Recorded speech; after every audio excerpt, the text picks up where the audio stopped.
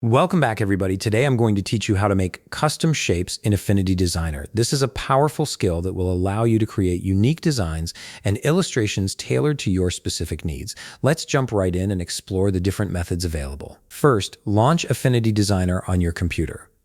Once the application opens, you'll need to open your existing file or create a new file to start working on your custom shape. Now let's look at the first method for creating custom shapes.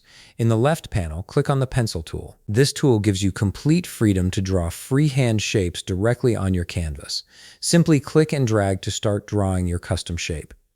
The pencil tool is perfect for organic, flowing designs where you want full creative control. If you prefer working with preset shapes as a starting point, there's another approach.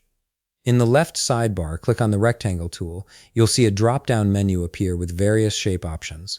Select your preferred shape from the list, then drag it onto your canvas. This method is ideal when you need clean geometric shapes that you can modify later. Once you've placed a shape on your canvas, you might want to customize its appearance.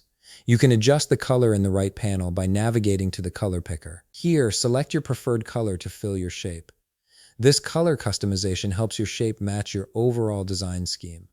Alternatively, you can also use the pen tool to draw a custom shape. Find the pen tool in the left panel and click on it. The pen tool offers more precision than the pencil tool and is excellent for creating shapes with defined anchor points and curves. To start drawing a custom shape with the pen tool, simply click on your canvas to place anchor points.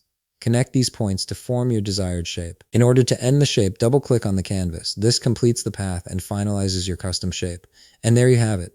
You've learned multiple methods to create custom shapes in Affinity Designer, whether using the freehand pencil tool, preset shapes, or the precise pen tool. If you found this video helpful, please leave a like, subscribe, and see you in the next video.